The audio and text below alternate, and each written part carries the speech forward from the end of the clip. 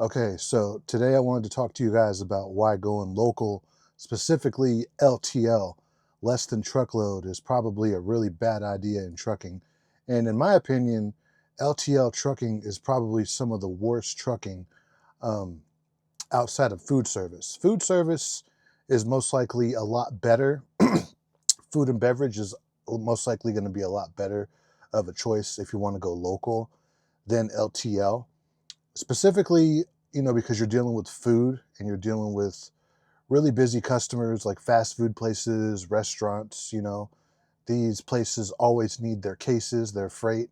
So food service like Cisco and US Foods and all of these other like even smaller food service carriers, the refrigerated food service carriers, they run at a high volume.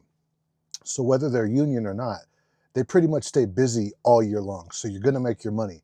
You're going to work. You might even work, honestly, harder and like more hours a day than someone like me who's doing like dedicated regional regional trucking, who's like, just traditional trucking, right? But less than truckload, LTL, okay, that's what it stands for, less than truckload. So the way this works and why it's something that you need to be aware of, it's not like an easy way out of over the road trucking. A lot of people that, they spend their time on over the road, specifically when they're new, they want to go home and they hear a lot about SD's, UPS, ABF freight, right?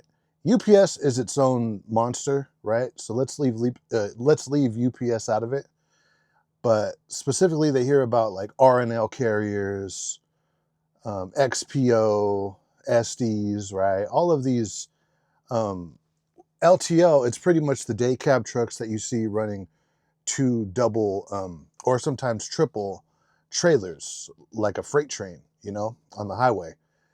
And what you would want is you would want to get one of those jobs where you just run from terminal to terminal and that's it. But that's not it.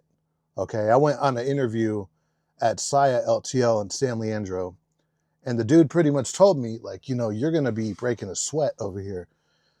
You're going to be working your butt off. You're going to be working on the dock. You're going to be loading up your own freight. Sometimes you're going to be messing with the pallets, like shrink wrapping them and taking them apart and putting them together. And and he straight up told me, like, yeah, this is Saya. We're a big company, but we only have a few electric pallet jacks. Most of our pallet jacks are manual hydraulic pallet jacks, like the shitty ones, right? And the electric pallet jacks, those are pretty much assigned to the guys that have been at the company for 10 plus years. And Saya LTL was a non-union carrier. They were a non-union LTL carrier. Or they are a non-union carrier. They're still around. The only one that went under was Yellow, right? That I know about, right? I'm kind of new to trucking. I'm like 4 years into it, right? And he pretty much told me, LTL, we're not going to hire you for over the road. Okay, you have to work your way up. So LTL, less than truckload, it's set up real different than trucking. It's set up different than food service too.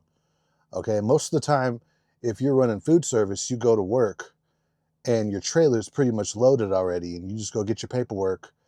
You might throw um, a specific dolly that you use in the warehouse. If you have like your favorite dolly, you could go, get your favorite dolly, get your favorite pallet jack, and then you're off to the races. And you're running cases up and down a ramp all day. You're working hard in food service, but you're not really working on the dock like that. You're working out of the truck.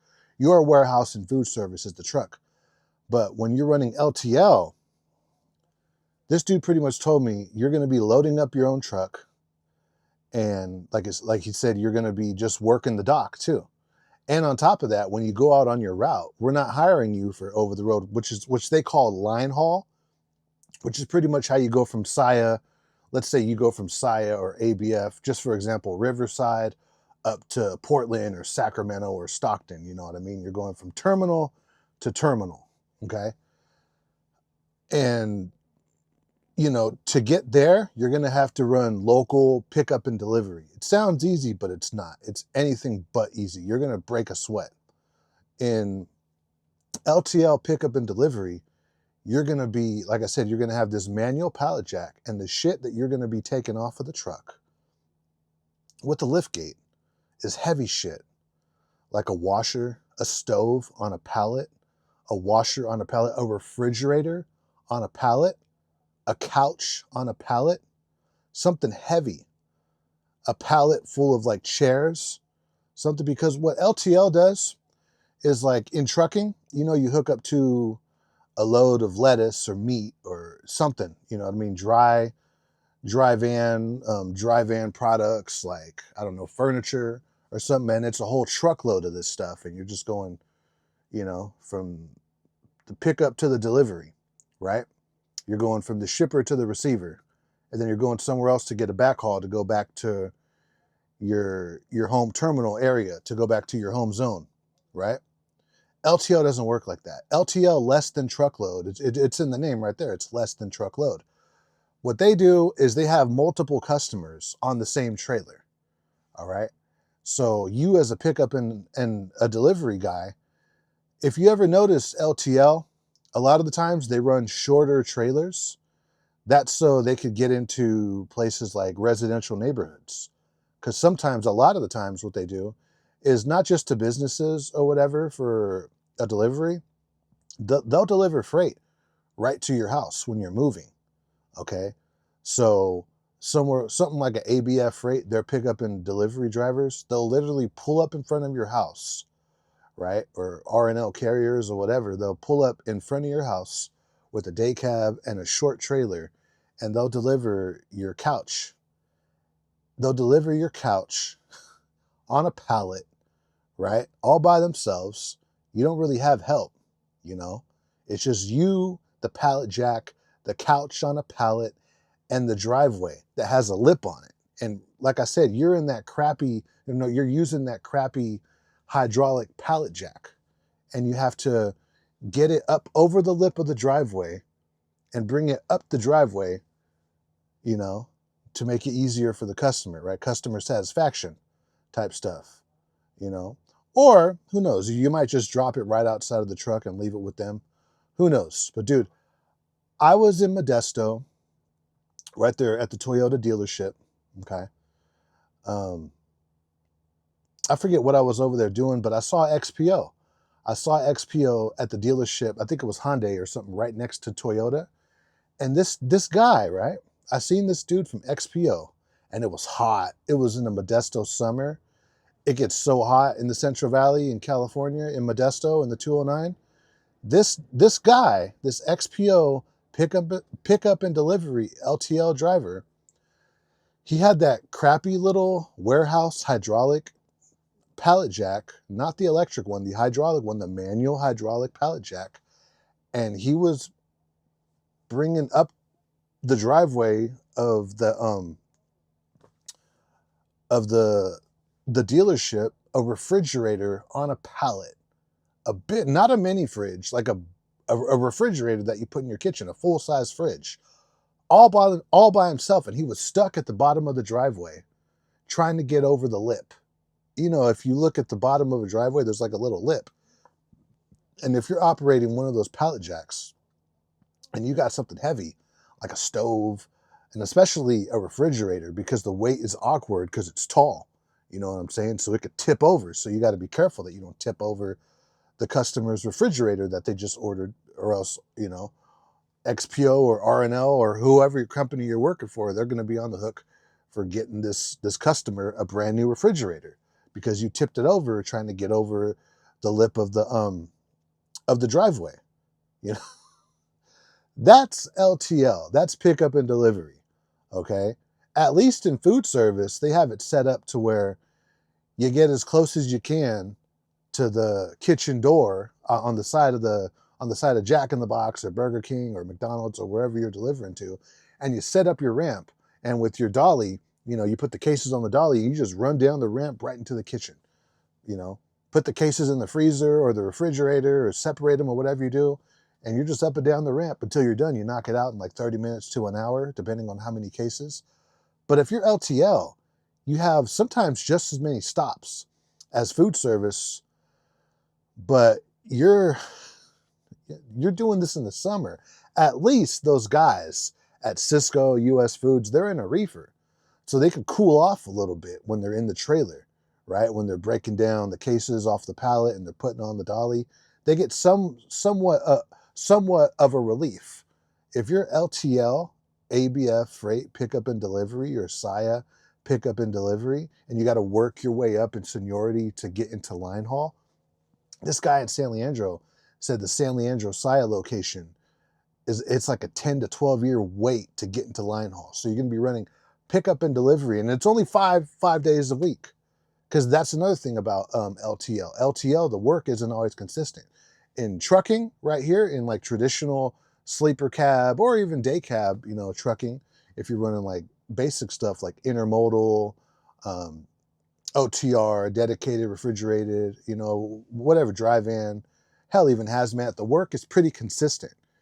Freight keeps moving on OTR or dedicated or regional or whatever.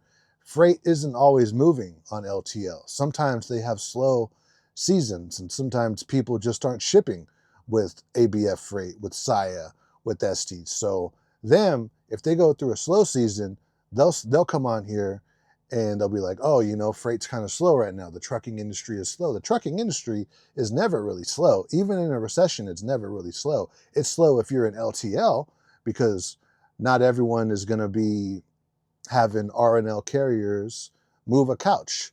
A business that's downsizing or upgrading in an office space, they're not always going to need an order of chairs on a pallet to go into their new office, or office desks, or a new refrigerator, or whatever for their new break room or whatever, right? It's just not always happening. So LTL, it's not as consistent. The pay isn't always there, and the work is way harder, right? If you can get into Estes or something, and you could go right into line haul, and you have the choice to not do city driving, pickup and delivery, then you're in a good spot. But even then, you have to look. I've done local work. For me, local work sucks, dude. I hate it, right? It's most of the local trucking jobs are not going to be like a 10-minute drive from your house. They might, and if you are, you're lucky, right? But for the most part, local trucking, you're going to have a commute. You're going to have a 30, 45 minute, a 30 minute, 45 minute commute, an hour commute, sometimes over an hour commute to get to your local trucking job, because you want to go home every day. And you might have to go home every day. If you have a family and all that, you might have to do it, right? But if you're single, dude, like I mainly make my content for people like me who are single with no kids, all right? If you're a family man, I get it. You got to do what you got to do. But dude, if you're single out here, I don't really recommend you to go into LTL. Why did you get your Class A license just to break your back? If you're gonna break your back, I would definitely go into food service or beverage over LTL. LTL, it's really the last thing that you should do. Honestly, the money's not always there, and because the LTL carriers like SIA, Estes, they run LTL, which isn't always consistent. They have layoffs. They lay a lot of their drivers off a lot of the time. If you're not union, then you're not promised to come back. And sometimes even if you are union, you don't know how long that layoff season is going to be in effect, right? The seniority system, it was there at SIA the same way that it's there at ABF Freight, from what the manager told me, because that's just the way that SIA, LTL, and a lot of LTL carriers are set up. They're set up on a seniority system. And I don't know, if I were just to guess why, it's probably because the LTL freight industry is not always consistent.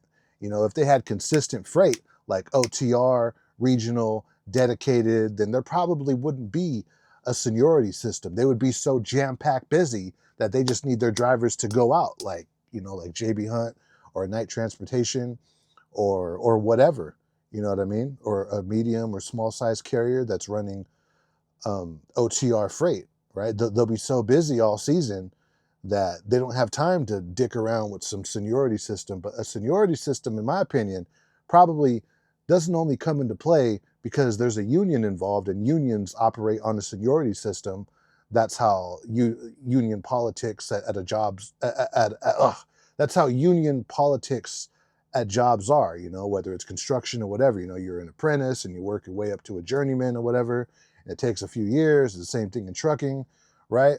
You're running extra board, and then you finally get an assigned route with an assigned truck, and it takes a few years to go up in seniority. But in LTL, if this, you know, this same seniority system was going on over there at SIA, which is a non-union LTL carrier, and he pretty much told me like, yeah, you know, this seniority thing, it's a part of the LTL industry for the most part, right? There might be a few LTL carriers there that don't really have this seniority thing or whatever, and you can go in and straight do line haul. But most of the LTL carriers, you know, according to this manager at SIA, pretty much told me that, yeah, we operate on seniority. He didn't really tell me why. He just said, this is what we do. I'm guessing, like I said, because they're not always busy, right? And they're going to lay off the new drivers before they lay off the drivers that got lucky at SIA and they've been there for the past 10, 15, 20 years.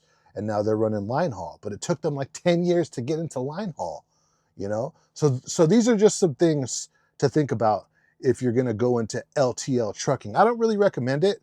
It sounds crappy. The money isn't really there. And you're going to work your butt off when the work is there. And fuck that, you know.